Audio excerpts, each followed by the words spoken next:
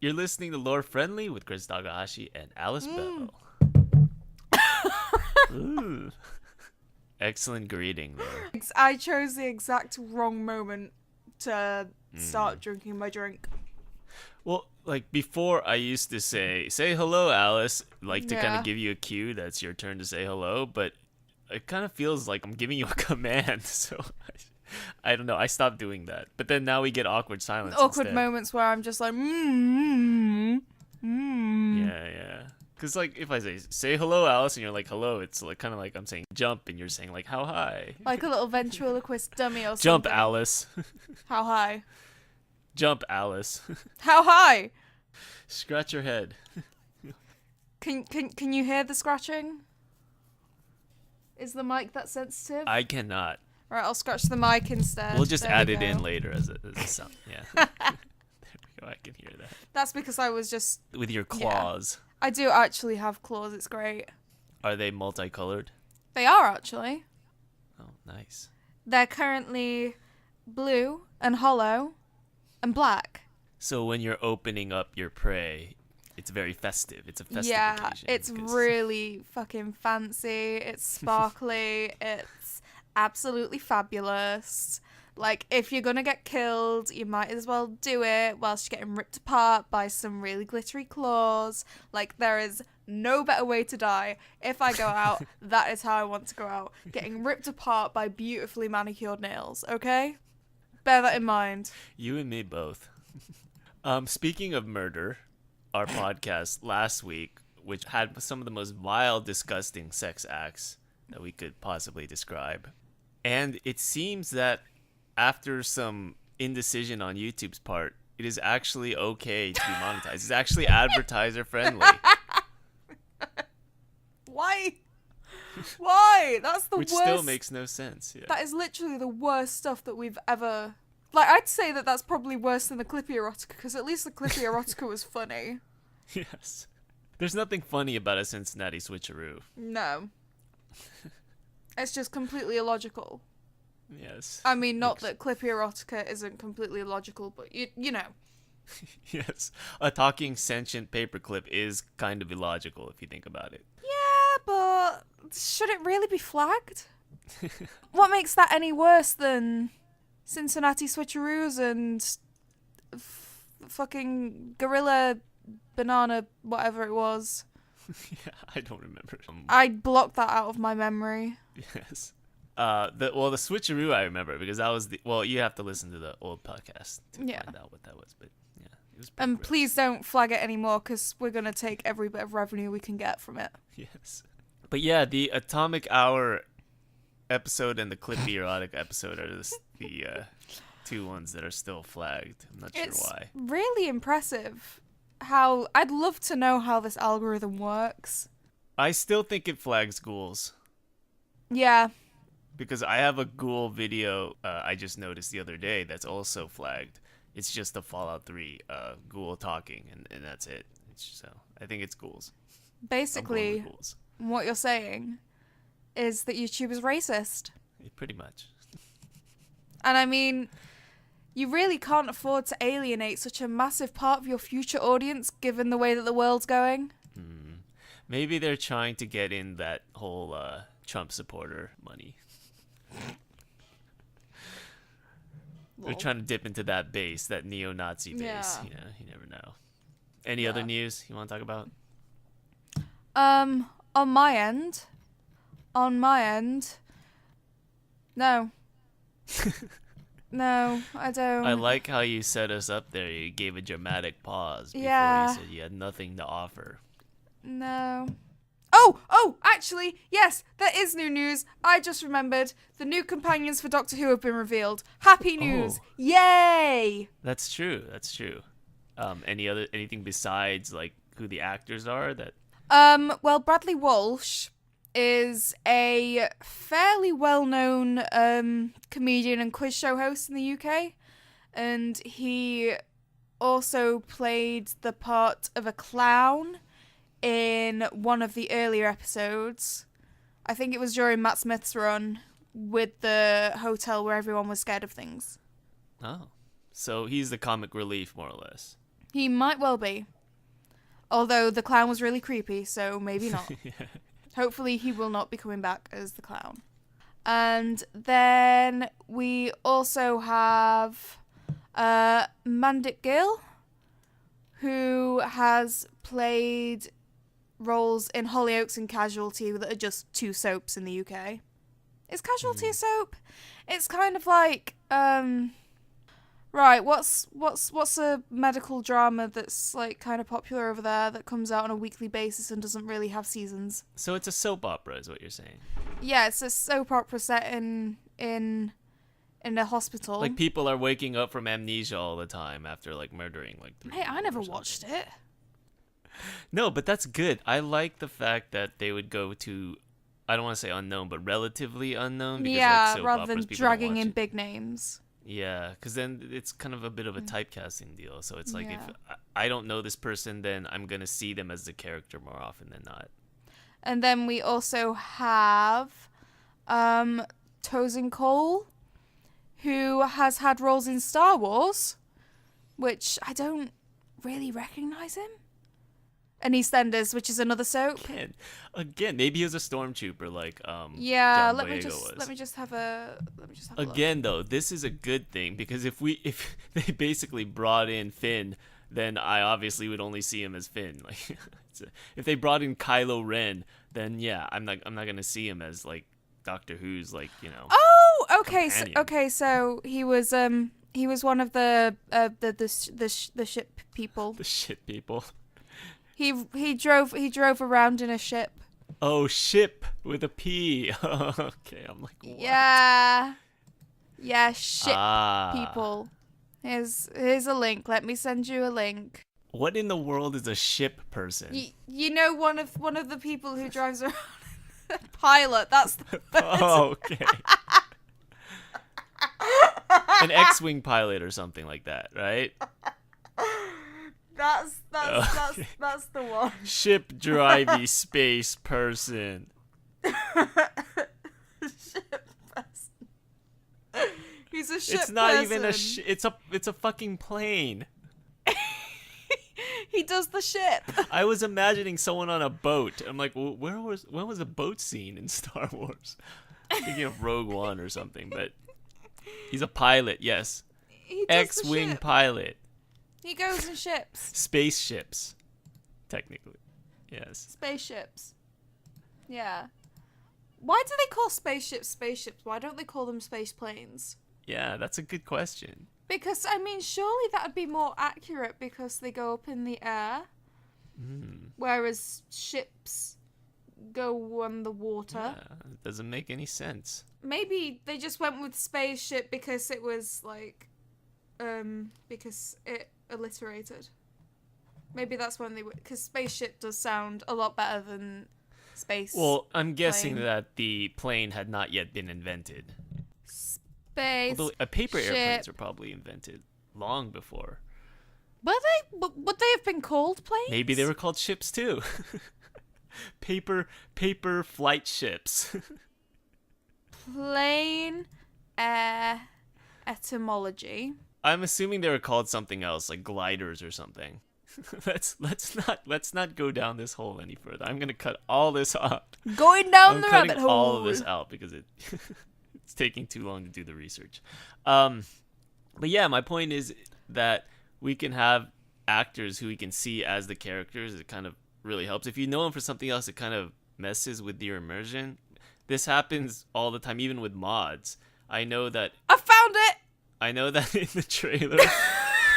Shut up, Alice.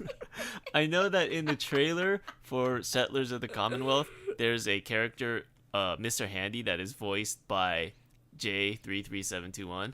AKA Rumorin. Rumarin. Fuck off. The very first comment is, "Oh, so Rumarin became a Mr. Handy?" And I'm like, "Oh, okay, great." That's why it's hard to cast him in other roles because like people only see Rumarin and they'll be like, He has got a very distinctive voice. Yeah. They're like, "Oh, it's Rumarin. He's a Thalmor now. Oh, he's a." Well, actually, there is a theory that he is a Thalmor, but anyways, not that I would know. I mean, you will neither confirm or deny that. No, I will not. But yeah, so I'm excited for new companions. Yeah, I'm definitely excited to... I just can't wait to see what they're going to do with it. I'm legitimately excited. Could be anything. It feels weird. I think I might be ill. Oh no. You've never felt excitement before, so it's like a I foreign mean, feeling I to you. have, but it's been a long time, you know? Yes, yes.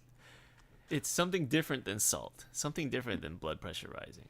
Or it's blood pressure rising for a different reason. Yeah. I have hypertension from too much salt. Is that a thing? I don't know how hypertension works. I'm not a scientist. Probably. I don't know. I'm a doctor. Mm. I play one on TV at least. Yeah, I have doctor in my Discord name. So surely that qualifies me, right? I'd let you operate on me. You poor soul. That's how you die. No, I don't have a soul, okay? I think we've established this through 40 podcasts. That's how you die. I think we've established the fact that I don't have a soul. And I just have too much soul. More proof that I don't is the fact that I released Meridia's bacon on an unwitting populace this week. Oh my god, Chris. You absolute idiot. Is the Reddit thread still up? It should be. The Reddit thread's still up, but what basically happened is I released the Skyrim Special Edition version of the mod, and I included all the loose files that were in my sound folder, not remembering the fact that one of the loose files was a folder called Female Unique Meridia, which of course changed all her lines to say Meridia's bacon instead of beacon. Oh my god, Chris. So everyone who downloaded the beta, I remind you it's in beta version of Skyrim Special Edition, Interesting NPCs, had downloaded this folder as well. So then there was this Reddit thread that came up like a week later, and everyone's like wondering, okay, what mod does this? And they're really pissed off. They had their like torches and pitchforks out, and I'm like, oh shit. I mean, some people like really, really like happy about it. Like they just thought it was hilarious.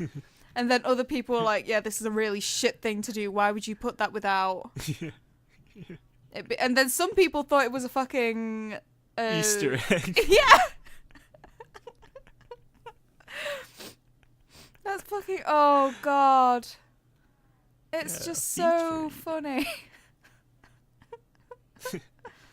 But they were like, yeah, it's such a shit thing to do to just sneak this in. And it's like, I didn't mean to. I'm really sorry.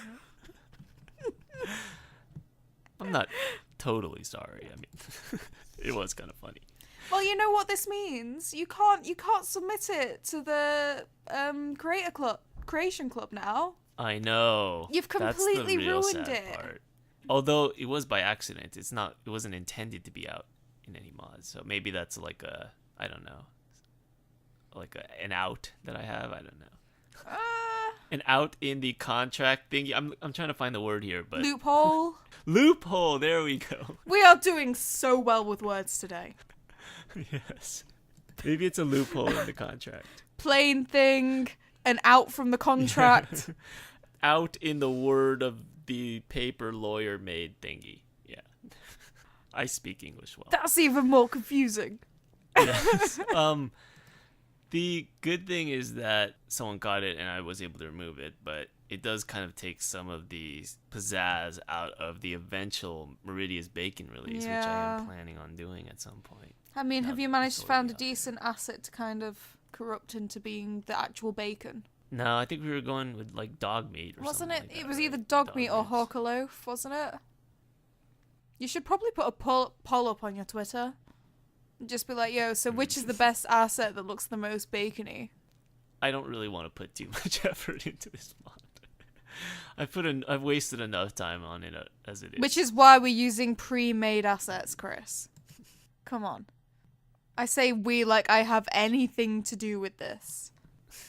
Other than just laughing at you. Uh-oh. Hello? Am I? Hello. Don't break up on me. I Okay, can hear you're you. back. I can hear you fine on my end, kind of. You know what's really great? An article came out last week on The Guardian describing how BT was the worst in service for falsely advertising their broadband speeds and their connectivity and everything. And Yeah. as soon as I read the article, the internet went down. I was like, are you fucking serious?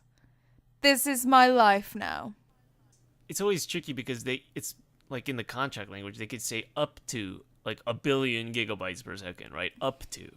Of course, like anywhere in between that is within their legal rights then, right? Because like if they say you can get up to like 10 gigabytes per second, then that you could also get one. You could also get like 500 kb per second. I mean, it could be like anything in between that. And Yeah. that'll be fine. I mean, there's no floor. They put the ceiling as high as they like, but there's no floor, so it's bullshit.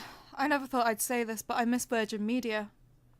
So, Virgin Media, if you fancy a quick and easy sponsorship, why don't you come on over and sort out my For internet? our completely advertiser-friendly show. Yeah. I mean, only one episode out of 40 has been picked up as being advertiser unfriendly, so Plus, we have a huge audience. we have a massive audience. Literally tens of people. Literally tens. And we have great audience interaction as well. In that sometimes I'll remember to reply to things on the videos. Sometimes. Mm-mm. I try. You put in maximum effort, I would say. Maybe 5% of the time. Yeah.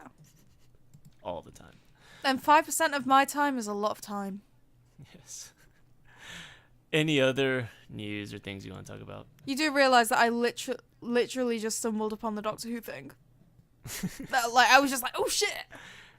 Anything else you've stumbled upon in the last 10 seconds or so? The etymology of aeroplane comes from the ancient Greek aeroplanus, wandering in air, which there you is go. actually a really, really lovely way to describe something. Well, it sounds more like a different plane of existence. So, like, you're walking on a plane, like a flat surface plane, We're in the air. walking in the air. We're loving on a moonlight star. Have you ever watched Snowman? Not the horror film that's coming out, but the classic children's Frosty animation. the Snowman, No! the original animated cartoon. No, Yes, I've seen that. Frosty the Snowman. it isn't even October. It isn't even. It is October. It's not even Halloween yet. Da-da-da-da-da-da. No, maybe. Something, and a carrot for a nose.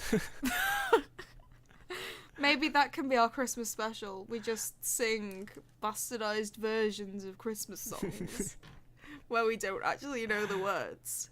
Yeah. The Pretty holly much. and That'd be the a good ivy, idea. when they are both full grown.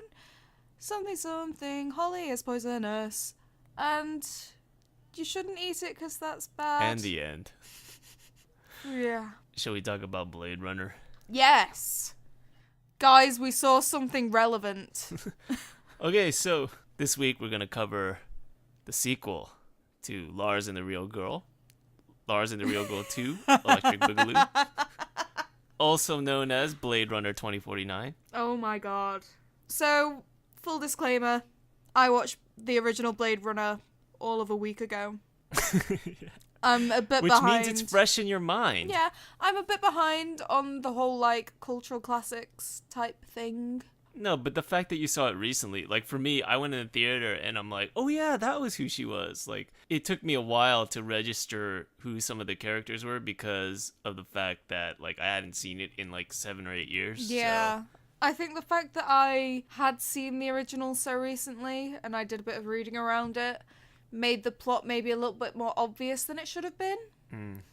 But, okay, so the original film, it's good and I can understand why it's a classic because I've seen the influence that it's had on other forms of media, like, especially in video games. You've got Deus Ex, you've got the upcoming Cyberpunk 2027? Something Yeah. like that. This sounds like it's going to be low-key shade. No.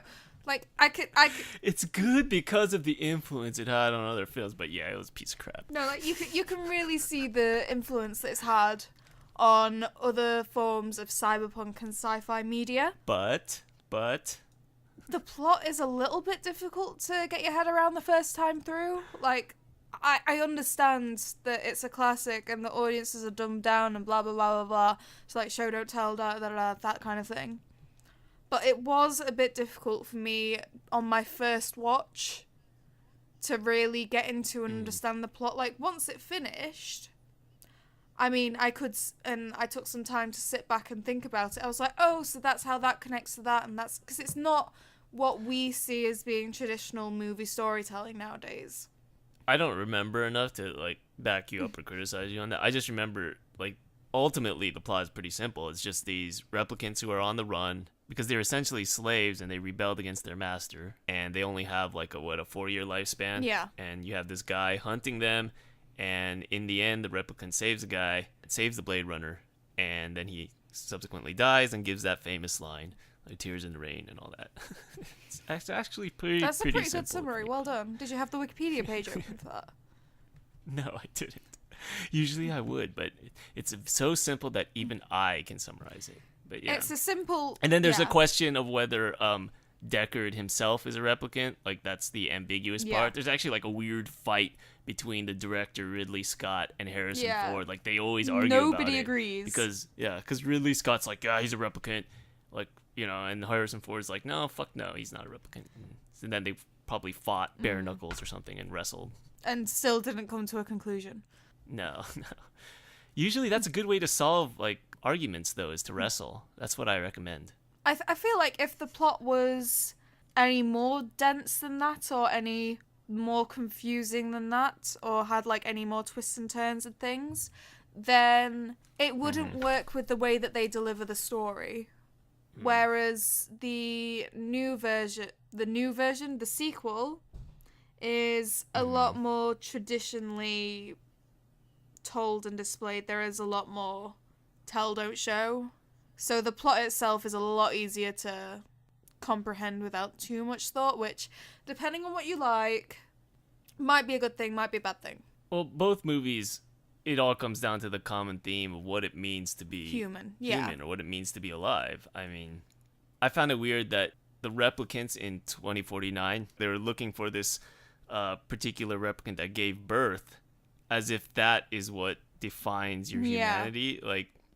Like, why is this person special? As if humans are defined by their ability to shit out a human being. Yeah. I mean, I was thinking, like, just because you were made in a factory or whatever doesn't mean that you're any less alive than this person you're looking for. And, like, he was so disappointed when the main character, Kay, was so disappointed when he found out...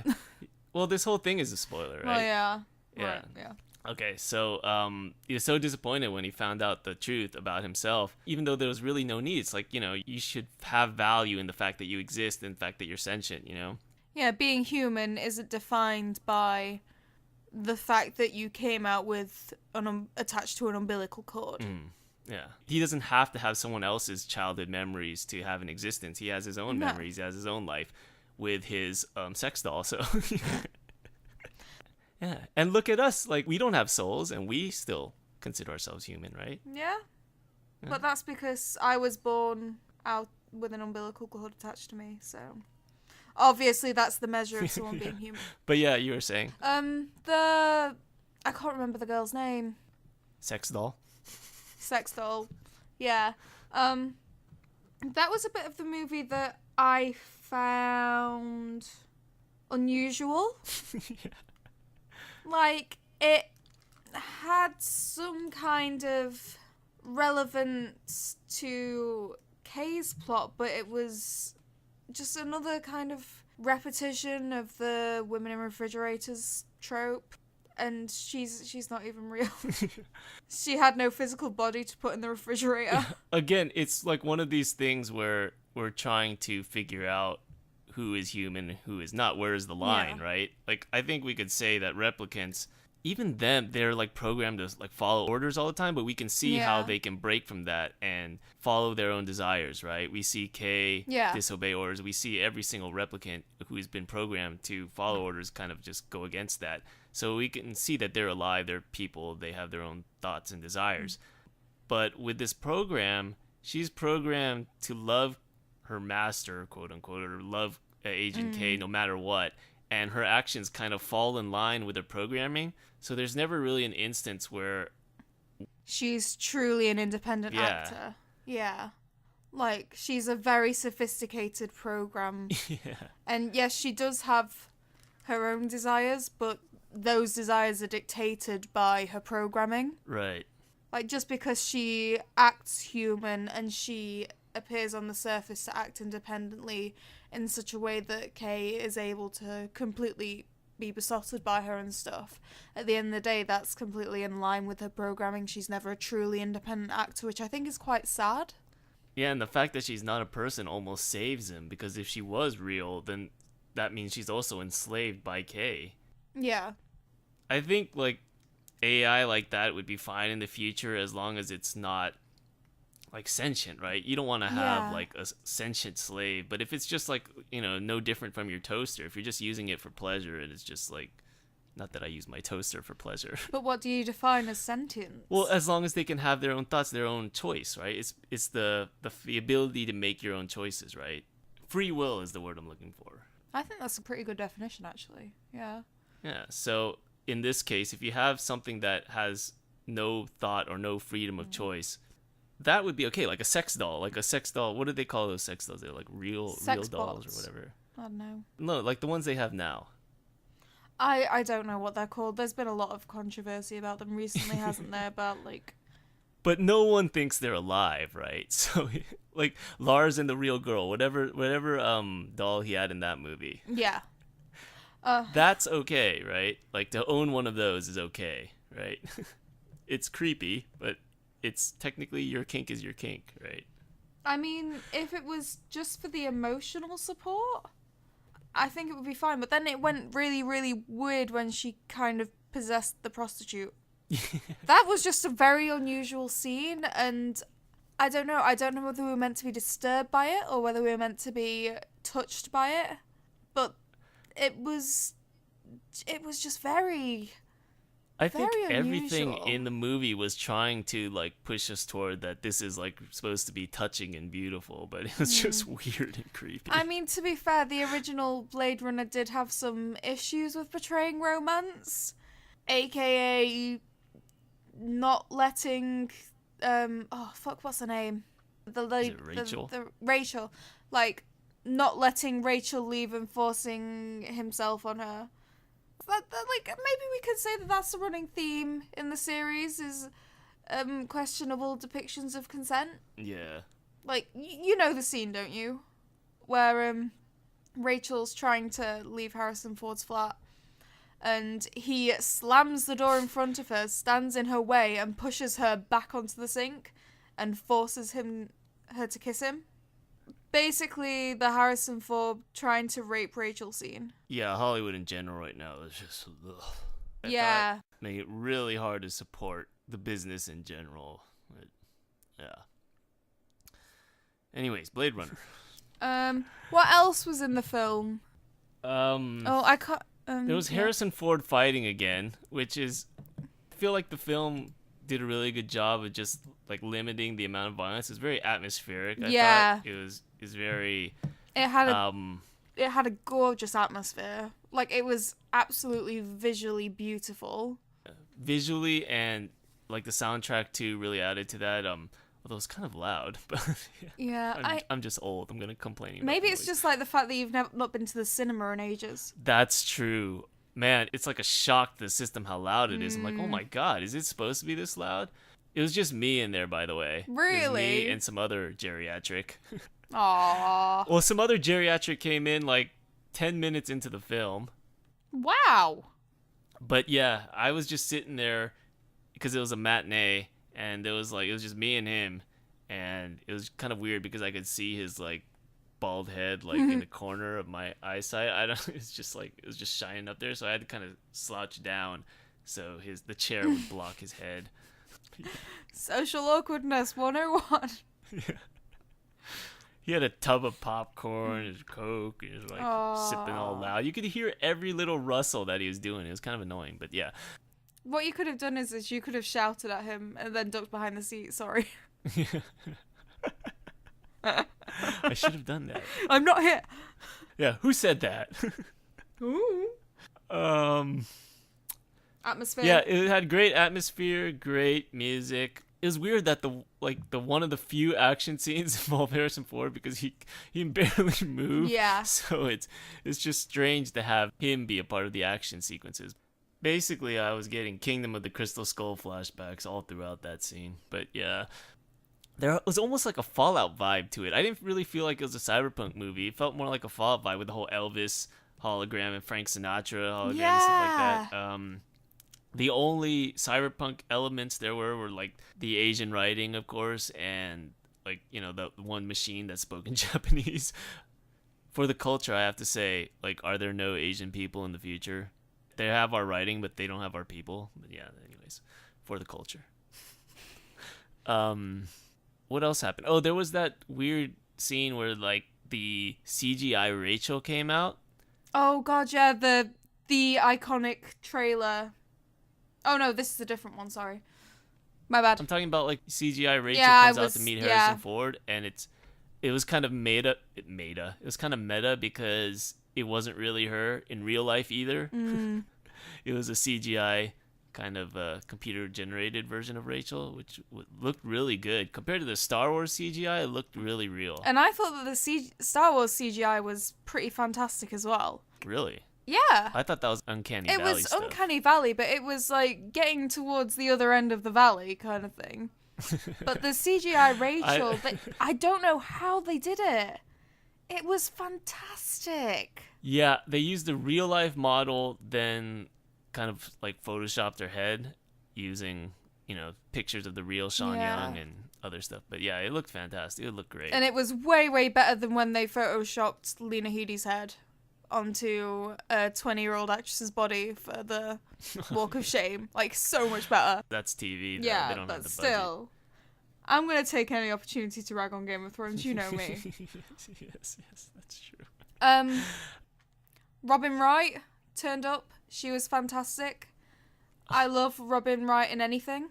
That was a great scene where after she died, like the lady, I don't know her name, like lifts her head up to get the eye Terminator. scan and then drops it. Yeah, the Terminator. And then drops her head on the desk. That was hilarious. Did you see the twist coming? I did think that they were being very heavy-handed with the hints in the first half of the film. And I thought this is an almost 3-hour film. They can't be hinting towards the right thing this early and this heavily-handedly. So I thought that something was up. Yeah, the reason I saw it coming was because the main character's male. Yeah. There is no way that the power to make babies is gonna like be left in a male character, because then what does he do? He can't make a baby. I don't know, maybe he can. Maybe replicants work that way, but it wouldn't make any sense, right? I mean, he would be given this power, but then not be able to use it. So You wouldn't be able to carry. unless it was traveled down the line, yeah, he wouldn't be able to carry the kid. So it makes zero sense for the baby, the replicant baby who has the power to make babies, to be male. So I knew it was going to be a woman. I should have seen it when the lady, the memory lady, cried. I should have seen that, but Yeah. so it did still come as a slight shock, but I knew it wasn't him. I mean, it made no sense for it to be him. Otherwise, it would be a terrible miscast if it was. Yeah, when they revealed it to him, I had to like rack my brain through all the female characters that we'd encountered in the film. And I was just, because there was so much that happened in the film and it was so long, I kind of just forgot about Memory Lady. There were only like 5 central characters in the whole movie, though, right? I know, but I still forgot. It was a long film. I was... It was 3 I hours. know. I got home absolutely exhausted. I literally live across the street from the cinema. I shouldn't have been exhausted. I was drinking wine, though. Ah, okay. Because the geriatric guy that was in the movie theater with me, he didn't seem exhausted at all, so... Well, we did watch Kudos it. to him. Our showing started at 8:30. And... Yeah, ours was at 3 o'clock. yeah, I was a bit later. Yeah, we smuggled in some wine because why the fuck not, right? Because you're dangerous like that. Yeah. It's not like they're gonna Because again, stop you have no soul. If they're doing their job, they would. No, Yeah. we live in a student area. They don't give a shit. I've gone to plays, and like I've been to the fucking theater and stuff, and people use the theater as an excuse to do pre-drinking. So the cinema, I mean, that's nothing. Smuggling wine to a cinema is nothing. I robbed a bank last week. I've got like the perfect wine Committed smuggling 7 bag. murders. Like it's got the Smuggling wine? no. Break. My bag is perfect to fit a bottle of wine in the bottom. Then I can just put some stuff on top of it. It's almost like, yeah, they made it for that purpose. It actually is. You can't help yourself. That's the size of women's bags. You go by bottles of wine, so if you can fit a bottle of wine in it, then it's a big bag. If you can only fit a small bottle of wine in it, then it's a smaller bag. It's not your fault. It's the bag's fault. Exactly. What? I'm not blaming the bag. The bag is my saviour and everything that I ever wanted out of life. Because it allows me to smuggle wine. If you love it so much, you should marry it. Well, I'm afraid that polygamy doesn't really work because, I mean... It works if one of the wives is a bag. Yeah, I suppose. I mean, there's other things that I'd want to get hitched to. Like a lamp. A lamp would be a good choice. Yeah. I could get hitched to a lamp. I literally just said that because that's the only thing that I can see right now is my lamp over my desk. We've lost the train of thought. Oh, what else was in this movie? There was a giant woman. Yeah. There's lots of giant women. To get the iconic trailer shots. What else was there? Robin Wright is a fantastic actress and I love her. Yeah, Robin Wright, there was that one good scene. Where she was getting drunk. Yeah, when she was getting drunk. You could really feel, like, depth to her character, that she was kind of lonely, too. But she kind of wanted to play it off. Yeah. Like, oh, okay, fine. You don't want to fuck? Yeah, well, then fuck you, then. She is a She just stormed absolutely off. fantastic actress. And I will love her to the Yes. ends of the earth. She is my lady crush. Who else was in there? Oh, Mackenzie Davis. Cam from *Halt and Catch Fire*. Yeah. I'm just going to keep plugging this show every week. I will watch it at some point. Yeah, Mackenzie Davis, she's awesome. She was the replicant prostitute. Yes. You see, when I first saw her, I thought it was Katy Perry, and then I thought it can't be Katy Perry. So then I thought it was Zooey Deschanel. They do look somewhat similar. And then I realised they also cannot be Zooey Deschanel because Zooey Deschanel is way too whimsical to play a prostitute. But going back to what we said earlier about, like, typecasting, yeah, it did kind of affect it. I was watching, I was like, ask Cam the hacker. Yeah. So it immediately made me root for Cam because that's Cameron now. Fair. I will watch the show at some point, okay? Maybe it can be like the post Stranger Things pre-Christmas. Something but like she turned out to be a replicant as well, which again goes back to that whole thing is that, like, why are they fighting for this god baby? Like, you don't need the god baby to inspire people. Just being alive and being free should be inspiration enough. I just thought that was a weird plot point in general. I Yeah. mean, I get it because it kind of gives them, like, something to search for. It's the backbone of the entire plot, right? That there's this miracle. It gives them something to be a symbol, even if... Yeah. I suppose the advantage to it is that it gives them power in a sense that they can replicate themselves without needing, like, help. Yeah. They don't need to be engineered. Right. But couldn't they, I don't know, engineer themselves as well? I guess there's a shortage of supplies, or like that's why Jared Leto was like looking for a baby in the first place. There's a shortage of materials. I don't know. I think he just had like a massive god complex. That was my interpretation of his character. There's like areas of the plot that kind of you have to suspend your disbelief, but overall, I enjoyed the film. It was a good movie. I really enjoyed it as well. The big question is, do you think it could be a potential Oscar contender? Oh, no. I mean, it's getting to that time of year now. It's a sequel to a beloved classic. It's got Oscar darling Ryan Gosling. Yeah, but like the Oscars, it's just more of like a award show for American movies. It doesn't really mean all that much anymore. Like, I mean, Crash won an Oscar. Oh, no, it doesn't mean anything. But it's just getting the nod kind of thing. Yeah, that's true. I feel like it could be nominated as like the token not Oscar bait film for the best picture, but I don't think it's going to win. I just don't think it was that revelatory of a movie. Like, it should win for like cinematography or Production and visual design. yeah, visuals, Maybe like, soundtrack. sound, but just the plot in general is just the basic like cyberpunk god baby stuff. An interesting thing is that it didn't make that much money. No, Yeah. it didn't. The box office this year in general has just been like a massive flop. I think Medea Boo 2 outdid it in terms of box office money. I'm not sure on that, but yeah. Which is kind of poetic in a way because the original Blade Runner didn't make all that much money, so Yeah, kind of fits. it only gained like a cult following. So maybe this one too, but I enjoyed it. It was a good 3 hours of my time. Yeah, I definitely enjoyed it. When it comes out on DVD, I would not mind watching it again. It feels very weird to be positive about something, Yeah. you know? Like, I did actually enjoy the film. It had its flaws, because everything has its flaws, and I'm going to pick the fuck out of those flaws, but I actually enjoyed it. Yeah, I like the whole tone. I wanted more like cyberpunk elements, but I enjoyed it Yeah. as far as like almost like a Fallout desert punk kind of thing. There was like a lot of scenes in just like these no man's land, kind of badlands type of places with lots of smoke and ash and raiders and stuff like that. So there was an element that I didn't expect to like that I liked. It was an absolutely beautiful film. The soundtrack was fantastic. The acting was really good. Yes. There were some bits of the plot that were just a bit fray, but I mean, what are you going to expect from a sequel to something that came out in the 80s, right? So on a scale of Game of Thrones characters, what would you give it?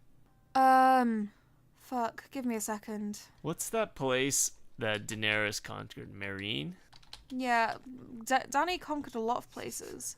I'm going to give it a Meereen. I think it's Meereen. Correct me if I'm wrong.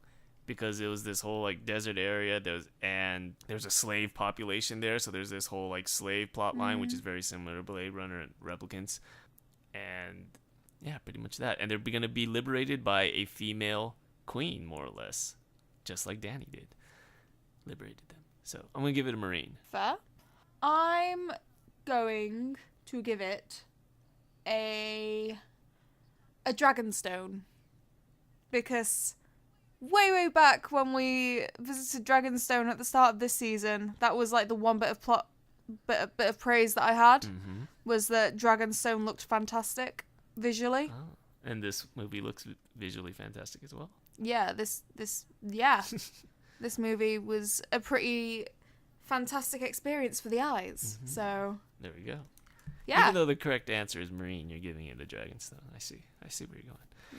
yeah. Before we wrap up, on a side note, we're not going to talk about Star Trek this week, just because the episode was more just doubling down on character development. Not a lot going on, so we're going to bring that back next week. Anything else you want to talk about? I need to go and eat some crisps and pour some salt in my mouth because my salt levels are dangerously low. Yes. You need to correct that as your doctor. Yeah. That's what my advice to you. So eat more salt. I'll start with the hypertension soon. I don't even know if hypertension is a thing connected to salt. Probably is. Again, Everything is I'm not a connected to doctor.